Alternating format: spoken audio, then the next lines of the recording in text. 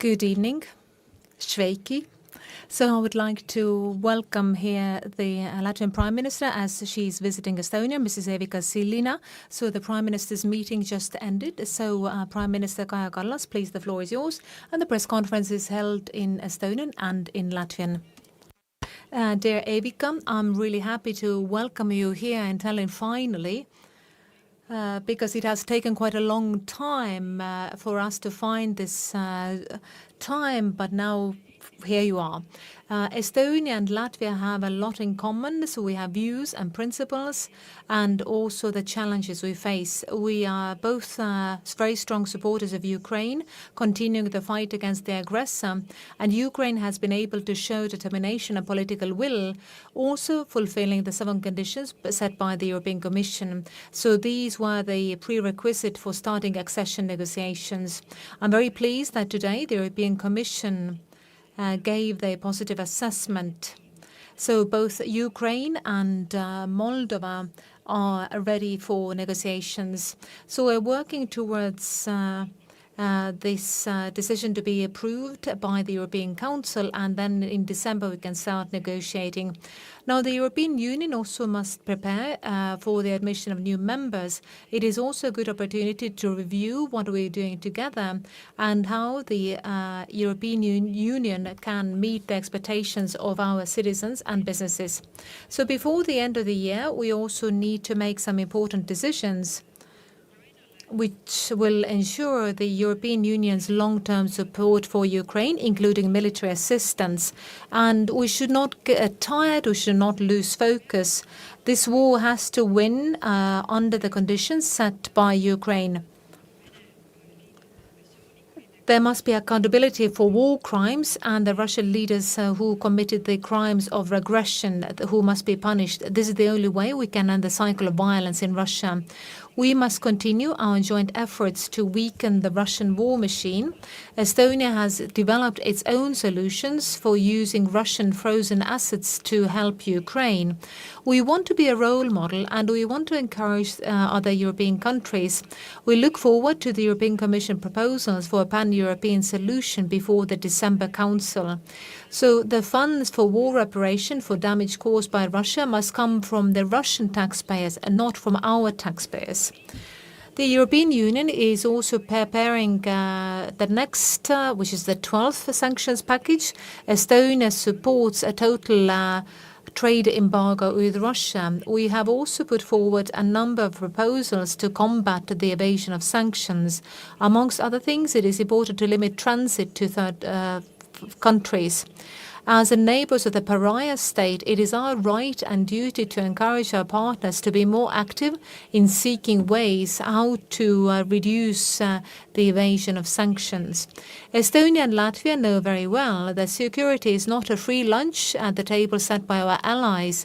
We will both increase investments into national defense. In Estonia, they will reach 3.2% of the GDP next year, which is 1.3 billion euros. We are working very closely together to increase the defense capability in our region. So we have a joint procurement of Estonia and Latvia for medium-range air defense, and the Baltic states' decision to purchase HIMARS systems are excellent examples of this. But it is important that all the European countries will take the defense investments seriously. We talked about border security. Cooperation between Estonia and Latvia is very good here, both on political and practical level. So when we're talking about the energy security, the decisions we have already made help us to face the winter with greater confidence. Because of the Inčukalns gas storage, the Estonian gas supply will be assured for the upcoming winter. But we must continue this work both on a domestic level and in cooperation with our neighbors.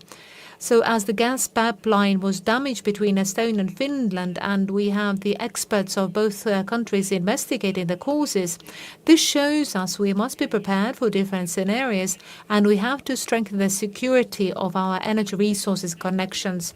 We are very grateful to Latvia for cooperation when it comes to the desynchronization of the electricity systems. The construction of the offshore wind farm Elwind is also a very good example of our good cooperation. So an important part of a contemporary security is also the need to ensure high-quality education in the state language for all the young people living in our countries. This will help to strengthen the cohesion of the society. So here we can also learn from each other's experience. We also discussed the construction of Rail Baltica, which has to be completed by 2030. So the success of this project, which is important for all three Baltic states, and we have to make sure that we can use the EU funds, and that means we have to all make an effort. We have to keep the cost increases under control, and we have to accelerate construction. Estonia next year will start building the track which is south of Pärnu in order to ensure the timely completion of the railway section between Estonia and Latvia. And these discussions will be continued between three of us with the Prime Minister of Lithuania in December in Tallinn, when we have the official meeting of the Baltic Prime Ministers. So once again, I would like to thank you very much, Evika, for coming here, and I hope our cooperation will continue. Thank you. Thank you very much. Latvian Prime Minister, please.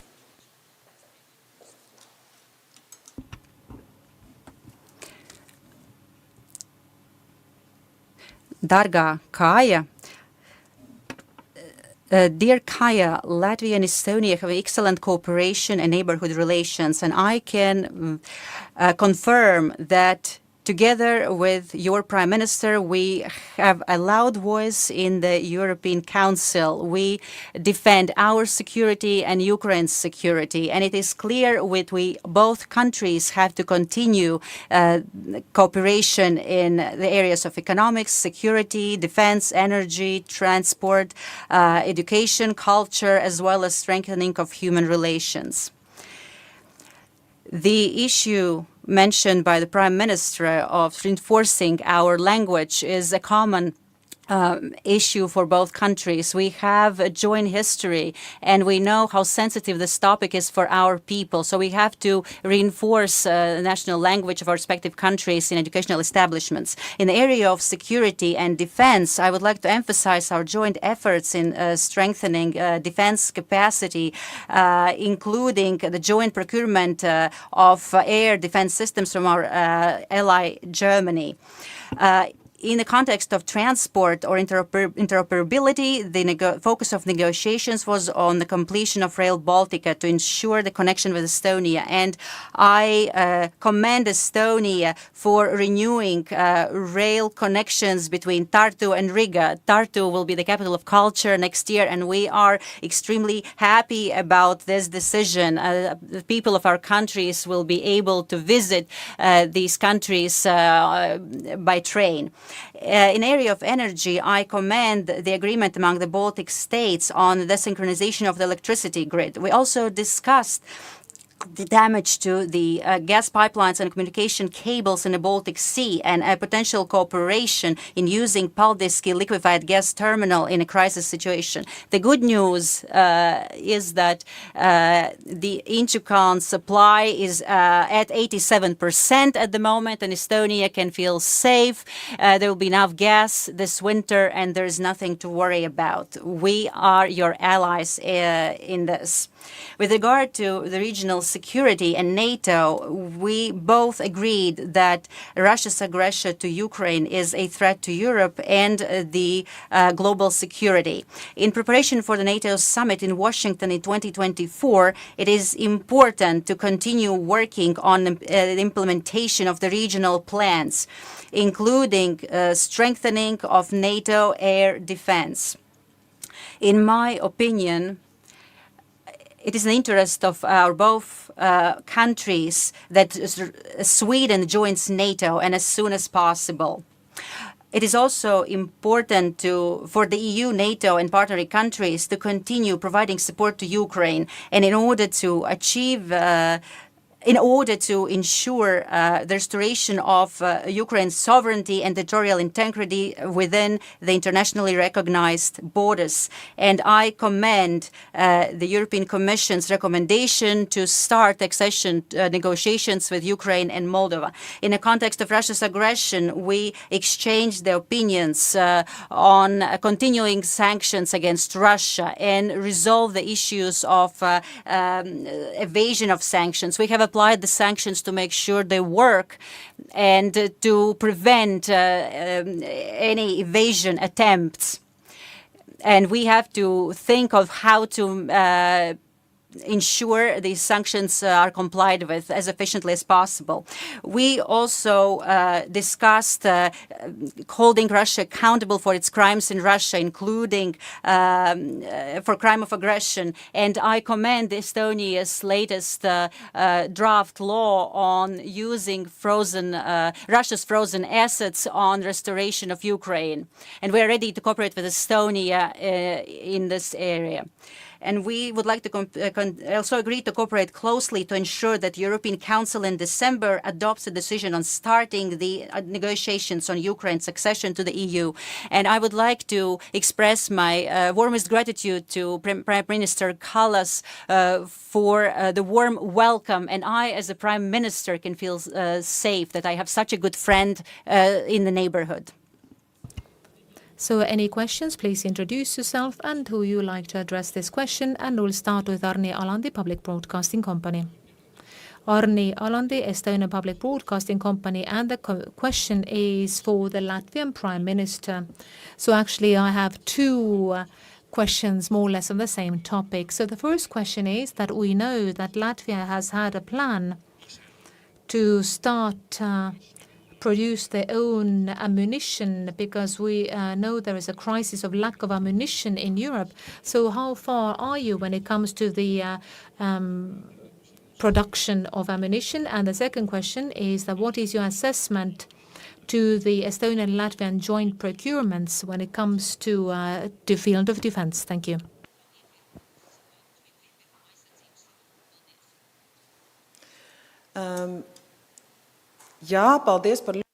Thank you for such good questions.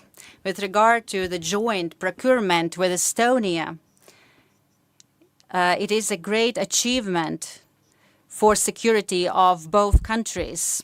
It facilitates a faster improvement of security situation in both countries. It is obvious that as individually, as a member state, each of us wants to ensure proper defense, but it would be more expensive and the process would be much slower. If we do it together, we can achieve a better price and facilitate the process to ensure that our air defense and other military defense systems work efficiently. If we participate in joint procurements, it shows we are united, and it shows that in the future we can use this approach for other needs. With regard to manufacturing of ammunition, it is underway, and most probably a joint stock company, a national joint stock company, will be established. Our political stance is that we would like to develop our own military industry, but in cooperation with other European member states and our neighbors. It seems that this is the road we will be taking. We will be establishing such a production plant in Latvia.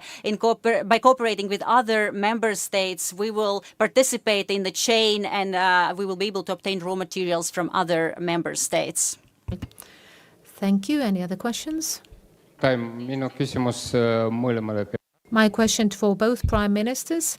In all the Baltic countries, there is a shortage of labor. So how can you planning to solve this problem and opening up the labor market? Do you think it will reduce this problem? Thank you. Yes, indeed. We have had a shortage of labor recently.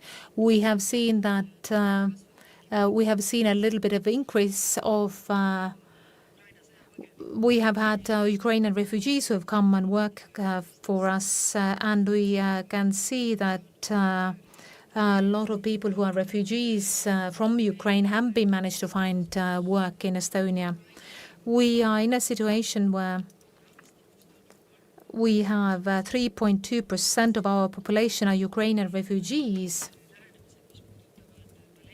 So therefore, we have different approaches when it comes to the talents for IT sector, shortage of talents. We have different solutions for them. Yesterday, I met with some businesses and discussed this topic. But when it comes to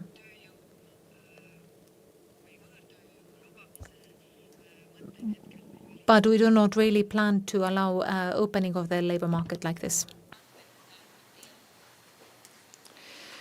It is a very sensitive and topical issue in Latvia as well. Our employers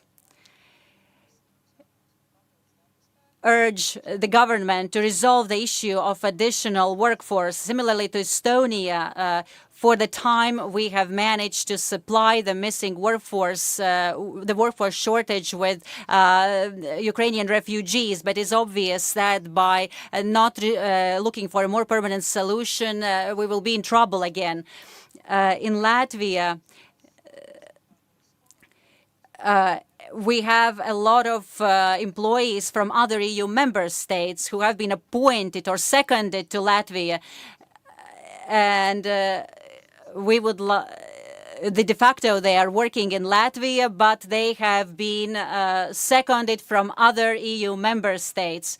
So this is one solution we are looking into.